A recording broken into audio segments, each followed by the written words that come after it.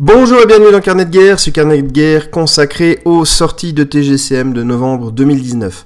Alors pourquoi TGCM et pas uniquement Briscard, Carnage, etc. Je ne vais pas développer le côté stratégique de Carnage, je vais juste mentionner les sorties et dire « Ouh, c'est joli » ou un truc dans ce genre-là. Par contre, je vais continuer à développer mon avis stratégique sur les sorties de Briscard. Du coup, jusqu'à nouvel ordre, ça va être une vidéo groupée.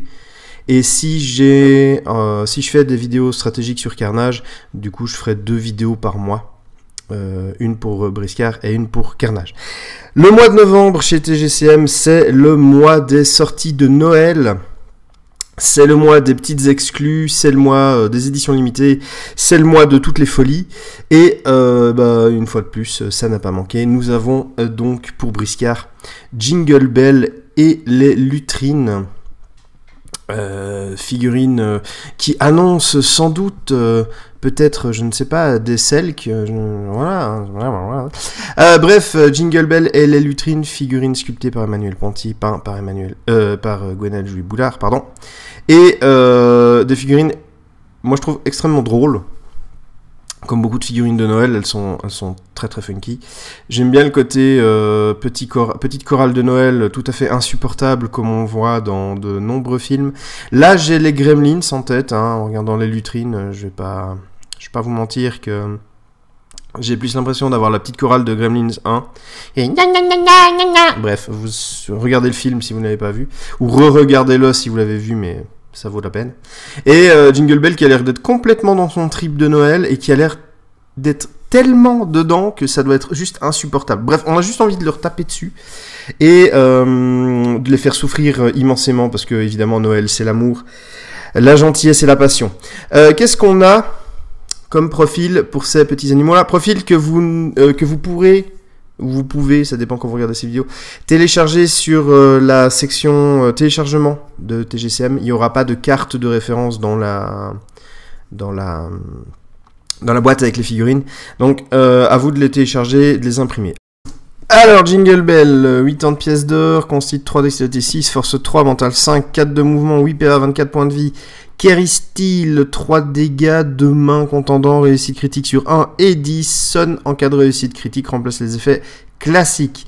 Bodran, 0 dégâts, 2 mains liées à l'arme, pas d'échec critique. Tous les briscards deviennent sourds, ils perdent immédiatement 2 PA et ne peuvent plus bénéficier de bonus de soutien, ni être la cible de sorts alliés jusqu'à la fin du tour. Spécial, Jingle a un bonus de plus 3 en défense par Lutrine dans sa zone de contrôle ou dans le même corps à corps. Jingle ne peut pas esquiver ou contrer. Alors, Jingle Bell. Pour 80 pièces d'or, un profil qui est plutôt intéressant. Beaucoup de dextérité, beaucoup de mental. Du coup, pour certains objectifs, ça va être grandement utile. Une constite et une force, je dirais, ça casse pas des briques. Mais c'est pas non plus la misère. 4 de mouvement, 8 PA, 24 points de vie. Jusque là, tout va bien. Kerry Steel, 3 dégâts. Alors, 2 mains contendant, réussite critique sur 1 et 10. Ça, c'est vraiment fort. Son en cas de réussite critique et remplace les effets classiques. Voilà. Alors, à l'heure où je tourne la vidéo, je n'ai encore pas reçu de réponse. Puisque l'état sonné n'existe pas à Briscard, il existe à Carnage. Alors, est-ce que c'est à Somme? Et du coup, il manque... Il y a un petit problème de lettres. Ou est-ce que c'est Son et on va avoir l'état sonné dans justement la saison 3? Et est-ce que ça va être la même chose qu'à Carnage? Je ne saurais dire. Je vous mettrai la réponse sous la vidéo, dans le descriptif de la vidéo, dès que j'aurai moi-même reçu réponse. Jusque-là, on sent qu'il y a un effet qui est supplémentaire. Et il arrivera vite, hein, une chance sur 5, puisque le 1 et le 10 sont des réussites critiques, mais ne font pas des dégâts supplémentaires. Le problème de cette attaque, c'est qu'elle fait 3 dégâts et qu'elle prend 2 mains. Du coup, si votre jingle, il a un objectif dans les mains, ou quoi que ce soit, vous pouvez plus attaquer, ou plus de cette manière-là. Sabot Bodran est vraiment puissante. Vous la réussissez 9 fois sur 10, pardon. Statistiquement, c'est ça. Et c'est une botte de corps à corps, donc ça se passe dans sa zone de contrôle. Tous les briscards de sa zone de contrôle deviennent sourds. Bon, jusque-là, voilà, pas vraiment d'effet. Surdité n'est pas un état de briscard non plus. Mais ça se traduit par la perte de 2 PA, ce qui peut être particulièrement embêtant. Ils peuvent pas bénéficier des bonus de soutien, ce qui peut être particulièrement embêtant aussi. Ni être la cible de sorts alliés. Alors là, ça va passablement dépendre en fait de la bande adverse. Ça peut être très puissant si vous avez une bande qui se booste, ou ça peut être tout à fait anecdotique s'il n'y a pas de magicien. Jusque là, voilà, ça c'est, mais voilà. Mais du coup, c'est une botte qui est vraiment intéressante, d'autant plus que si on applique le sonnet de carnage à briscard, c'est une hypothèse, hein, attention, prenez-la avec des pincettes. Le sonnet de carnage fait en sorte que les actions coûtent 1 PA de plus, de mémoire, il y a peut-être un autre effet, mais ça veut dire que vos adversaires et vos briscards alliés, si vous êtes, s'ils sont dans la zone de contrôle, vont vraiment claquer énormément de PA pour faire des défenses, pour faire des attaques, pour faire des mouvements. Ça peut vraiment être hyper handicapant. Le problème de Jingle, c'est qu'il est obligé d'avoir cette lutrine avec lui s'il veut avoir un minimum de chances de survie, parce que n'ayant ni armure et étant incapable de contrer et d'esquiver, c'est vraiment la violence. Il démarre à 3 à chacune de ses défenses, donc il va s'en prendre plein la tronche assez rapidement et il va bêtement mourir. Sauf si les lutrines sont dans le coin, ou dans ce cas-là, il démarre à 12, ce qui est vachement mieux. Mais on verra que les lutrines, elles sont intéressantes pour d'autres choses, et du coup Jingle, il a meilleur temps de pas forcément être dans la zone de contrôle, enfin tout près des lutrines, mais il y a la moyen de le faire dans le corps à corps aussi, donc ça peut aller. Donc vraiment une figurine qui est très intéressante stratégiquement, mais à qui il va falloir apporter beaucoup d'attention pour un placement efficace, et surtout pour pas qu'il meure tour 1 ou tour 2, pour pouvoir l'utiliser un maximum de temps. Et donc cette fameuse lutrine, 20 pièces d'or, constitue 1, dextérité 6, force 1, 5 de mental, 4 de mouvement, 5 PA, elles ont toutes 5 PA commun, elles ont toutes 1 PA personnel et 12 points de vie. L'arme, c'est une arme de tir, vive le vent, 0 dégâts, portée 2 plus 1 par lutrine. Jusqu'à la prochaine activation des lutrines, les briscards peuvent relancer leur jet de morale une fois par test. Peut se déclencher après l'échec de l'un d'eux. Il reste encore 2 cartes, mais je vais déjà parler un petit peu de ces cartes-là, parce que sinon il va y avoir beaucoup d'un coup. Donc, pour 20 pièces d'or, on a un profil... ma foi, pour 20 pièces d'or, il est bon. Ah, constitue 1, force 1, mais voilà. Dextérité 6, mental 5, 4 de mouvement. Elles ont un total de 8 PA qu'elles peuvent utiliser comme bon leur semble au niveau des PA communs, et ensuite chacune peut avoir un PA à elle. 12 points de vie. Je veux surtout revenir sur l'attaque. C'est une attaque de tir, donc non réutilisable au corps à corps. Se souvenir que les lutrines sont sur un socle de 80 mm, et par défaut, elles vont avoir donc une zone de contrôle de 1 brasse. Elles sont également capables de piétiner et de faire des charges droit devant, ce qui peut paraître complètement aberrant, mais elles ont ces possibilités-là. Il ne faut pas sous-estimer la puissance d'un piétinement, même avec des figurines qui sont peu enclins à le faire. Ça peut toujours servir. La question que je me pose sur l'attaque de base, en fait, c'est jusqu'à la prochaine activation des lutrines, ok. Les briscards peuvent relancer leur jet de morale une fois par test, ok. Peut se déclencher après l'échec de l'un d'eux, ok. Comment ça se passe concrètement? Est-ce qu'on cible les lutrines elles-mêmes, et du coup il y a un jet de défense-attaque? Est-ce qu'on cible les briscards que l'on veut faire relancer le jet de morale? Est-ce qu'on peut cibler des ennemis, des amis? Je comprends l'idée, je comprends grosso modo comment je vais l'utiliser sur la table, mais je suis pas sûr que mon interprétation est bonne. Et surtout peut se déclencher après l'échec de l'un d'eux, c'est-à-dire que on fait un jet de morale avec un briscard qui se trouve entre 3 et 5 brasses d'élutrine, on rate le jet de morale. À ce moment-là, on active l'élutrine, on paye les PA pour réaliser l'attaque, donc 2 PA. Et concrètement, on fait une attaque. Si le briscard allié n'arrive pas à défendre, il a le droit de rejeter son jet de morale. C'est comme ça que j'ai besoin d'une explication sur pour faire juste. Voilà, c'est ça. J'aurais besoin d'une explication pour faire juste. On va passer aux cartes suivantes. Donc, la botte de tir, magie de Noël. 0 dégâts, pas d'échec critique, portée 6 brasses. La cible ne se défend pas et est obligée d'utiliser ses PA pour se rapprocher des lutrines. Si elle arrive au contact, elle y reste jusqu'à la fin de sa prochaine activation. Trop bon, plus 4 dégâts contre les Birgus et les Ictiens. Choriste, les lutrines ne peuvent pas être recrutées sans jingle. Elles sont les seules à trouver sa musique harmonieuse et ne subissent pas les effets de Bodran. Spécial, les lutrines s'activent comme un unique briscard mais perdent un PA commun chaque fois que l'une d'entre elles est mise hors de combat. Inséparable, si elles doivent subir des dégâts, choisissez sur laquelle choisissez sur laquelle elles subissent tout ou ils sont perdus. Chaque lutrine apporte 1 de force à la gestion des objectifs. Craquante, les lutrines ne peuvent pas être ciblées par des attaques à plus d'une demi-brasse d'ailes. Joueuse, les lutrines utilisent dextérité pour les actions de ceinturage. De plus, elles volent gratuitement et feintent pour 2 PA. Et créature aquatique. Alors, ça en fait une des figurines, à mon avis, les plus puissantes du jeu. Alors, hormis la petite interrogation sur l'attaque, le reste est passablement clair. La botte de tir...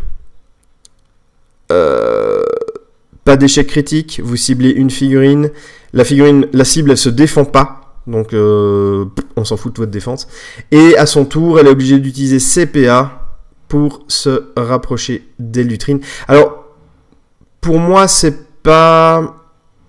Est-ce que c'est directement ou est-ce que c'est à l'activation de la figurine? Oui, c'est peut-être directement. Du coup, la cible en fait avec l'accès PA pour se rapprocher un maximum des lutrines. Et si elle arrive au contact, donc c'est pas juste dans la zone de contrôle, c'est vraiment au contact, elle y reste jusqu'à la fin de sa prochaine activation. Combiné avec Craquante, vous allez pouvoir annuler presque un tour d'une figurine si vous vous positionnez comme il faut. Et même si elle vous tourne autour, elle peut pas quitter le contact. Du coup, si vous vous positionnez bien, la figurine, elle va être inutile le tour de son activation. Puisque vous n'allez pas pouvoir attaquer les lutrines. Et s'il n'y a rien à faire à porter, vous l'avez dans le baba.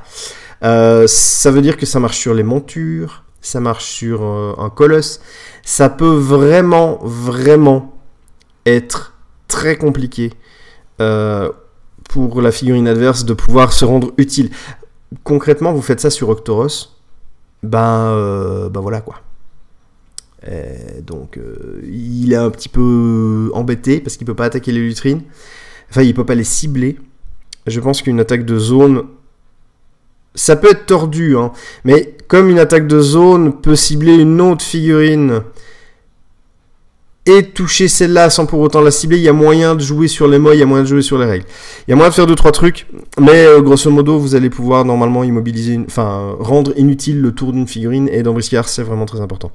Trop bon. Alors, plus 4 au dégâts contre les Birgus et les Ictiens. Alors, ça sent déjà le repas de Noël. Mais surtout, les lutrines, elles ont 6 de dextérité. Elles n'ont pas d'arme de corps à corps, mais un petit coup de pied bien placé, ça fait 4 dégâts avec la dextérité. Ça fait 4 dégâts supplémentaires sur les Birgus et les Ictiens. On passe à 8 dégâts. Je pense que ça calme à peu près tous les poissons et tous les crabes du jeu. Même avec l'armure, ça va faire super mal. À mon avis, il n'y a pas tellement intérêt à se frotter à ces petites choupettes si vous êtes un poisson ou un crabe. En même temps, c'est des loutres, ça paraît normal. Les choristes, évidemment, on peut pas recruter les lutrines sans Jingle Bell, mais ça, c'est pas un problème en soi, je pense. Elles sont immunisées aux effets de Bodran, ça, c'est hyper cool. Du coup, elles perdent pas de PA.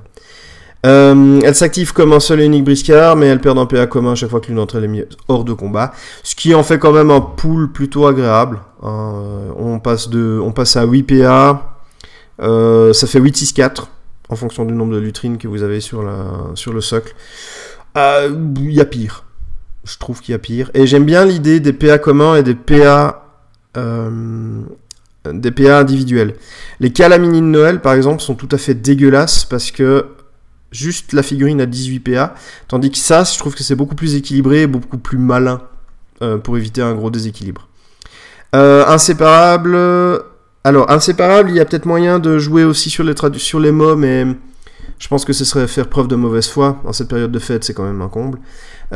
Si elles doivent subir les dégâts, vous choisissez laquelle subit les dégâts. Elle les subit tous ou ils sont perdus. C'est-à-dire que, par exemple, si vous faites 15 points de dégâts, vous choisissez quelle lutrine subit les dégâts.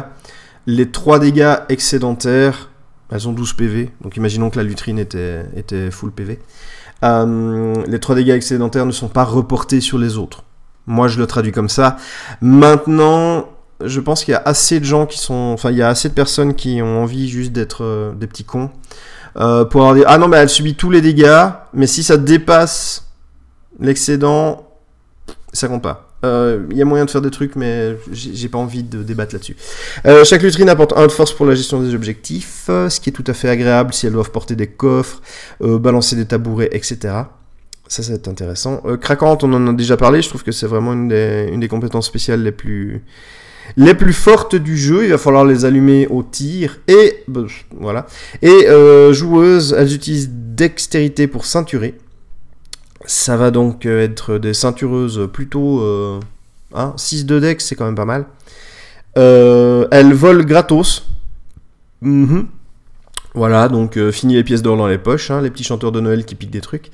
Et elles feintent pour 2 PA, ce qui est très très avantageux, puisque elles n'ont que 1 de force. Et si vous avez envie de vous barrer, eh bien, je pense que c'est pas plus mal. Donc, les lutrines. Alors, les lutrines, pour moi, c'est clairement une des les figurines de Noël, en même temps, on sait que c'est toujours un petit peu foufou. Mais c'est clairement une des figurines craquées du jeu. Elles sont capables de... Elles vont pas faire beaucoup de dégâts, sauf si vous êtes un crabe ou un poisson. Mais par contre, elles vont être capables donc de neutraliser une figurine adverse.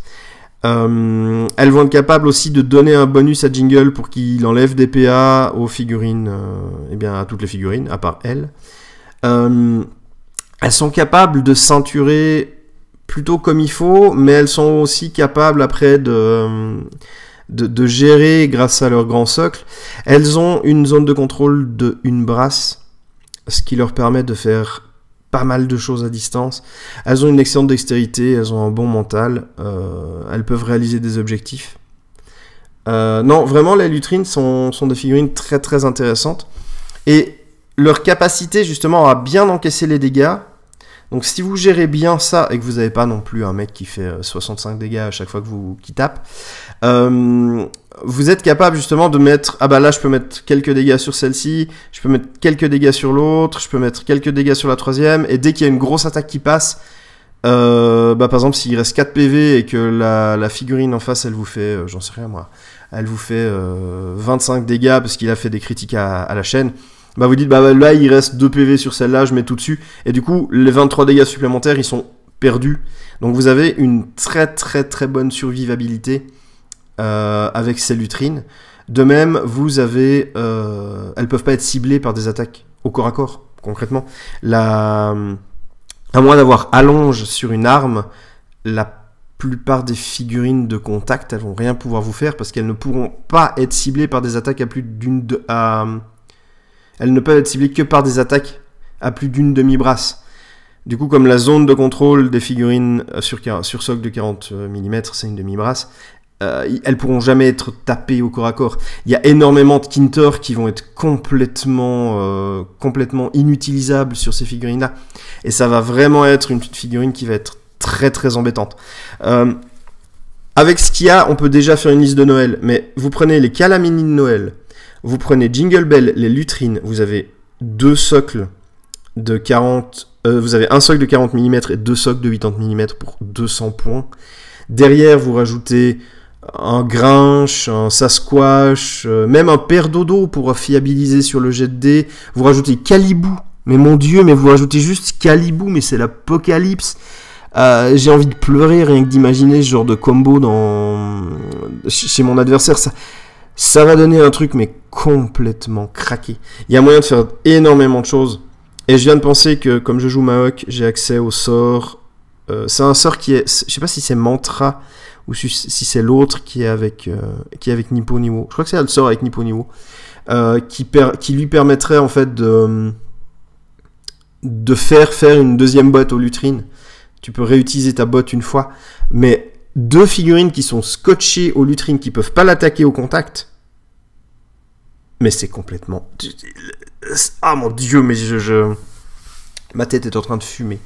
Bref, des figurines qui sont vraiment, vraiment très très fortes, qui peuvent être vraiment handicapantes pour l'adversaire. Je pense quand même qu'il va leur falloir un petit peu de... Il va falloir un petit peu de doigté pour les utiliser comme il faut. Mais vraiment, les lutrines, elles sont craquées. 20 pièces d'or pour ça. Moi, je prends Jingle juste pour jouer les lutrines. Hein. Je veux pas l'inverse. Sont vraiment, vraiment craqués. Il y a cette petite interrogation sur leur attaque Vive le Vent, mais à part ça, je pense qu'il n'y a pas besoin de réfléchir beaucoup. Ça passe très bien. Et je n'en ai pas parlé avant, tout simplement parce que j'ai oublié. Mais Jingle Bell et les lutrines, bon, les lutrines, elles ont 12 PV par tête de pipe, donc voilà. Mais Jingle Bell est analgique. Enfin, il n'a pas de zone de couleur dans ses PV. Ce qui en fait aussi un personnage complètement à la masse, qui chante comme un fou jusqu'à ce que mort s'en suive. Bref, il y a vraiment moyen de faire des choses hyper fortes avec ces 2 figurines-là. Je laisse vos petits cerveaux de comboteurs trouver... J'en ai déjà quelques-unes des idées, mais trouver des petites choses un peu cracra à faire. On est en période de Noël, hein, l'amour, la passion, tout ça, vous pouvez tous les foutre à la poubelle. C'est la violence, on met des patates, on chante n'importe comment et ça fait des dégâts. Bref, ça paraît bien.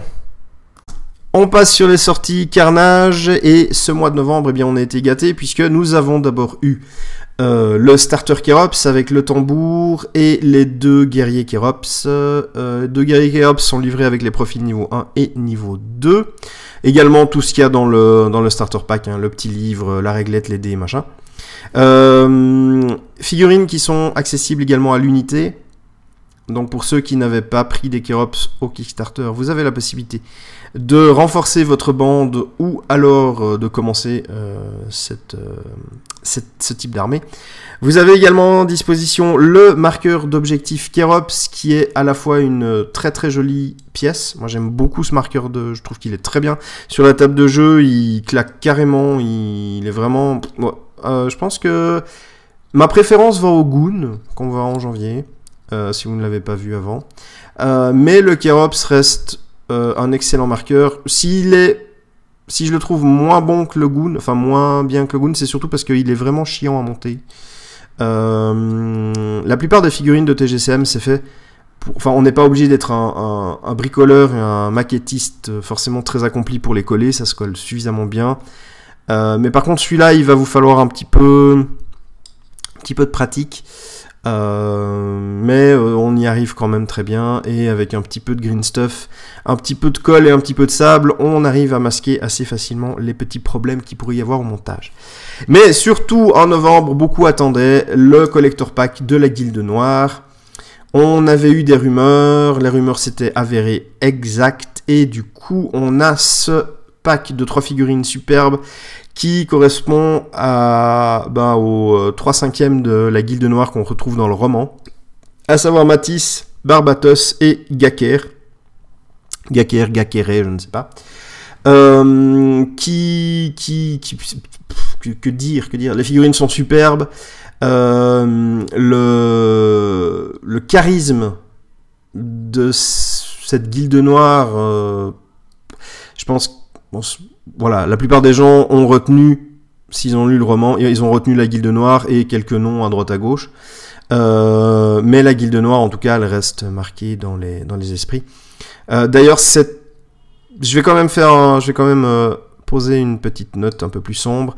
De mon point de vue, je trouve dommage d'avoir fait une édition limitée, parce que le jeu n'est pas encore très connu, il est assez jeune, et je trouve que pour des figurines aussi emblématiques que ça, qui pourraient motiver...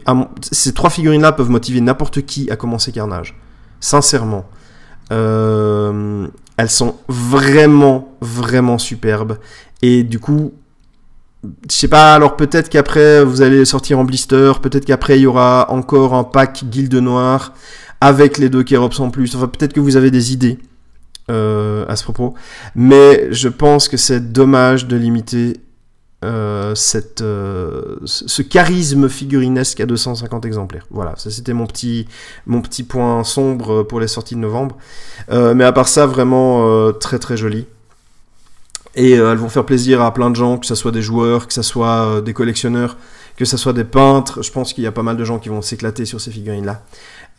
Du coup, en soi, c'est quand même pas mal. J'espère que cette vidéo vous a plu. J'espère que vous y avez trouvé de l'intérêt, surtout au niveau de Briscard.